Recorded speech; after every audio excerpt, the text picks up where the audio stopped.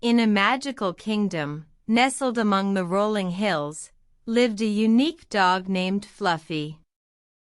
Fluffy was no ordinary dog, for he had 3 heads. Each head had a different color, one was white, one was black, and one was brown. Every day, Fluffy would trot through the kingdom, greeting each friend he met with a wagging tail and a friendly bark.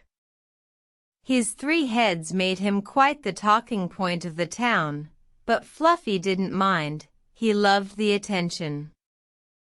One sunny morning, Fluffy found himself snooping around the forest. He sniffed out a strange, glowing stone that seemed to be pulsing with magic.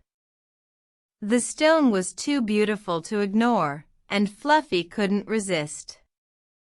With the stone in his mouth, Fluffy felt a surge of energy course through his body. Suddenly, his 3 heads began to glow, and he found himself able to understand the language of animals. Fluffy used his newfound gift to help the creatures of the forest. He solved their problems, shared their stories, and became their dearest friend. The animals were overjoyed, and Fluffy felt more loved than ever. But one day, a wicked witch discovered Fluffy's secret. She coveted the stone and wanted it for herself.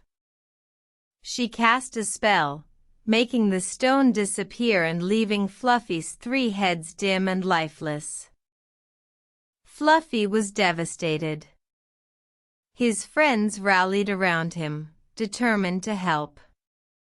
They searched high and low, but the stone was nowhere to be found.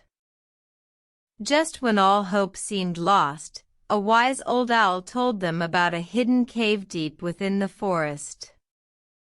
The owl warned them that the cave was guarded by a fierce dragon, but it was their only hope.